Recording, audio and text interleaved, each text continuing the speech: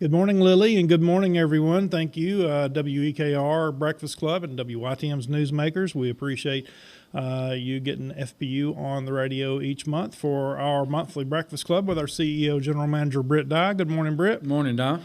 We've been rolling since early this morning, having meetings with employees, and that's something you normally do, trying to just constantly, continually improving. No, that's correct. We got to keep getting better. And, it's like you always hear me say, what we do today is not good enough for tomorrow. And we'll have employee meetings to be sure everybody's on board and moving in the right direction and trying to take care of the customer the best we can.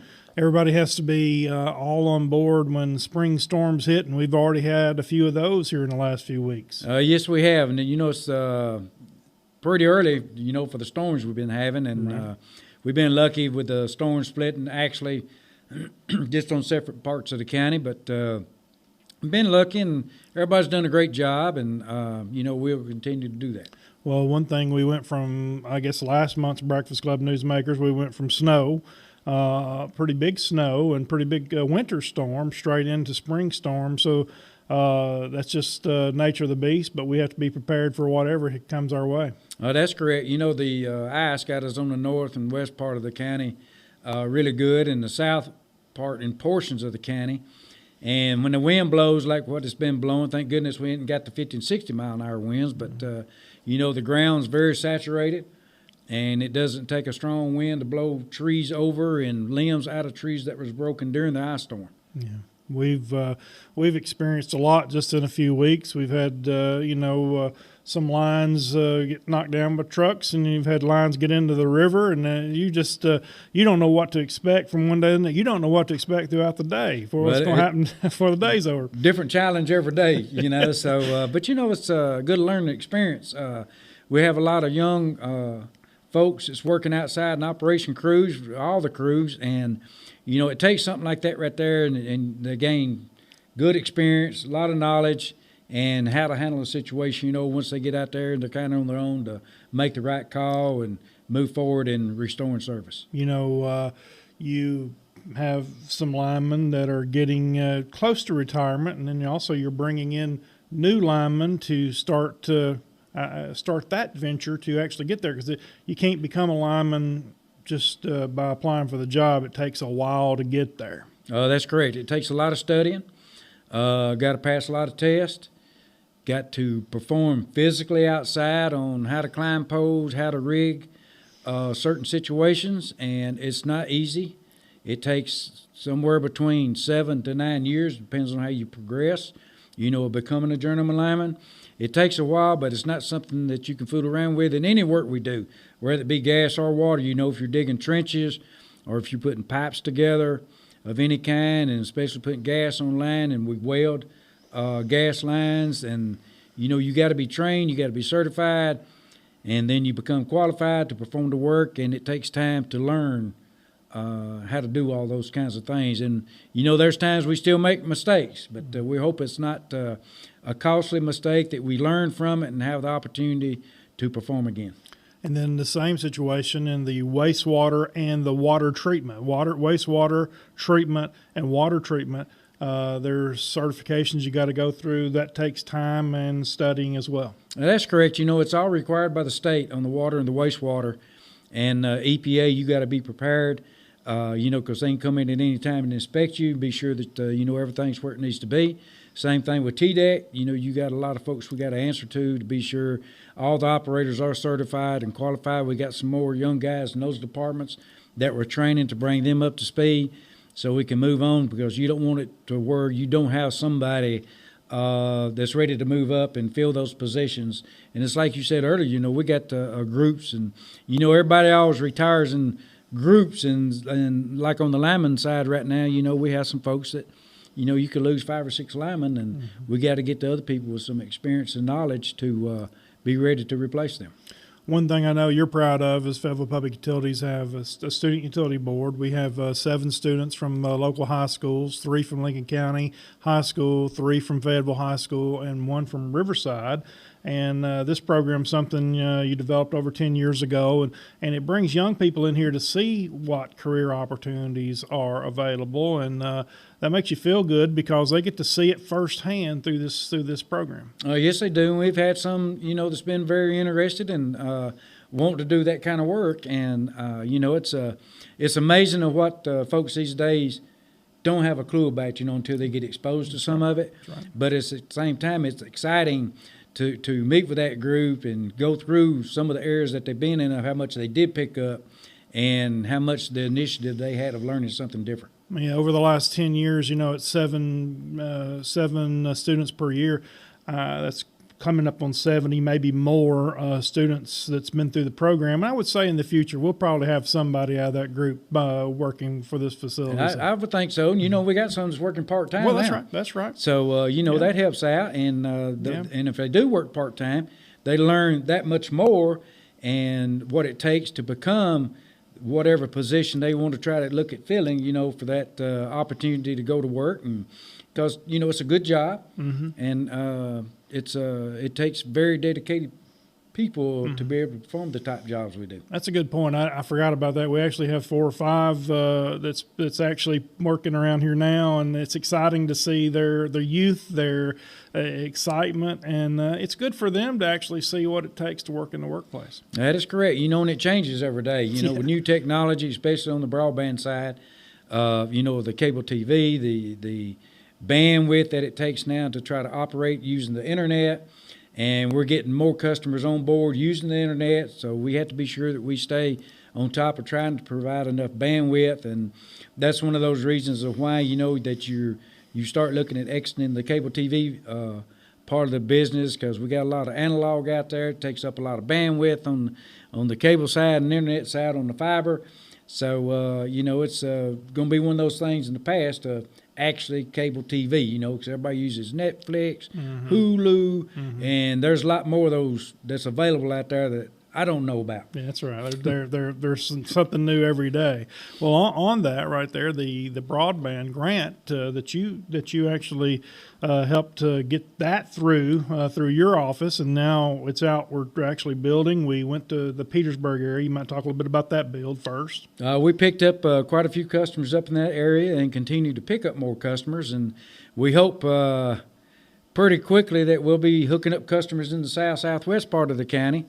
And, so we move forward with it, because the more folks that are getting hooked up, the more that are wanting it. And there's other areas that people want it built as well. But, we're kind of tied until we see if there's going to be some more grant money available. Right. It's so expensive to build, and about the only way that we can expand is if we get some of those grant funds. I know you realize from your office and that we've had so many people working from home. Many people are studying from home, whether that be higher education or even high school education. That broadband is absolutely a must to make that work at home. That's right, Don. The new norm is different. Yeah. And more people are working from home, even after when you get to the point where you think that the COVID is over and everybody's back, but I'm telling you, there's going to be a lot of people that's still going to work from home because they have found out that they can accomplish a lot from staying at home. Sure. You got a lot more people that's more productive at home of working and those kinds of things. So the broadband of needing internet is becoming more of a high value after it's all over, because we've done a lot of things different that people didn't want to make a change, didn't want to try something different, and we found out that making all these changes, it has worked out for the best for a lot of people. Yeah, you take Huntsville traffic is lower. That's a good thing, I mean, that's there's a lot of not Huntsville traffic, but the traveling back and forth, taking cars off the roads, and a lot of times that's very busy. So yeah, you're right. The new norm is going to be more and more people doing that kind of work, or at least a few days like that. So anyway, so what that does is put more strain on the broadband side, which is what you're working on, because in this county, we'll just take cell service in general. There's a lot of areas that don't have cell service, and there's even more areas than that don't have any kind of internet whatsoever. That's correct. And the technology changes. It's improving more and more, and then what becomes available as far as internet service, you got different ways of providing that, whether if it's wireless or if it's via satellite to some degree or if it's point to point. But, it's like everywhere throughout the county, we end up having a foliage problem. When the leaves come back on the trees, you might be having good service when it's during the winter time, but then when the leaves come back, we start having problems, intermittent problems with the signals and those kinds of things. If we can run fiber, that's what we'd rather do, is run fiber if we can afford to do that. One thing a lot of people might not realize, and this is, I don't know how many years ago it was, but I would say it's probably close to 10 years now, we've had fiber connectivity to the schools. Oh, yeah, we went in with that EA partnership, and we had all the fiber to the county schools. We've done that, like I said, it's been a few years since we've done that, and we were glad we had the opportunity to partner and be able to get that done for the county school system. And that was a long time ago, and that's been a really big plus for them, not only just them, but I think we're connected to all the other schools as well. But one thing about that is when you're dealing with fiber, you've got to have enough bandwidth coming in here for the bandwidth going out. That gets real complicated. That's correct. We try to have, which we have been having, is redundancy feeds.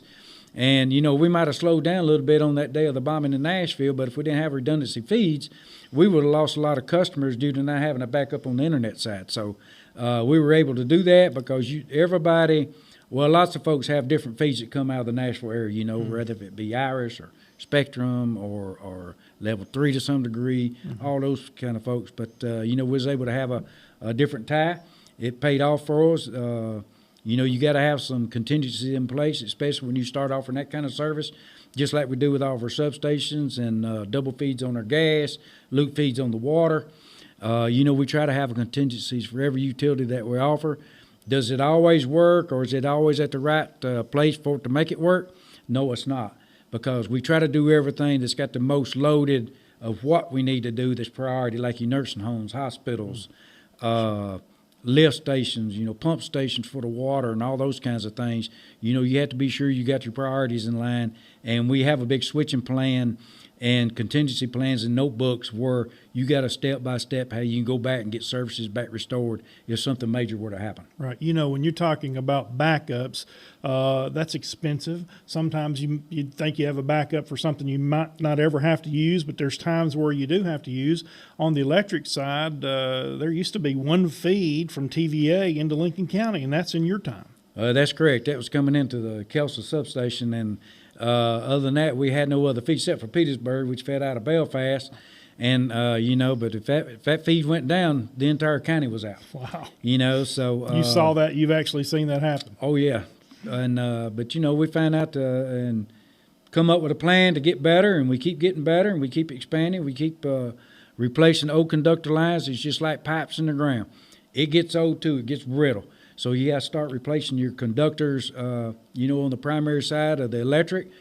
Just like the other day, last week, we set a brand new transformer in Petersburg substation. That's a 3-phase for dual voltage.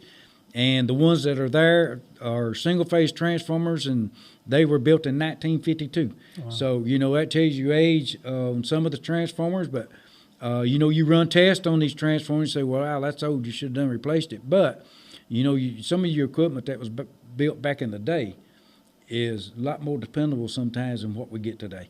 So we have to run gas analysis and all those kinds of things on the transformer to be sure there's no gas being built inside the tank of the transformer, to be sure it's still operational, and go through the test. And, we try to make sure that everything is still good to go. Now, anything could happen with a lightning strike as well. Right. But, we've been lucky, and now we got them still in service, but we're getting ready to put the new 3-phase transformer in service, here in the next couple of weeks and get it online. With that much oil in the transformer, I actually got to see it. It's extremely, extremely heavy, and looks like a very expensive piece of equipment as well. It is an expensive piece of equipment, and what you paid for it years ago, when you're talking about somewhere between $220,000 $250,000 for a 3-phase transformer, and now you're up over $300,000 for a transformer. Mm-hmm.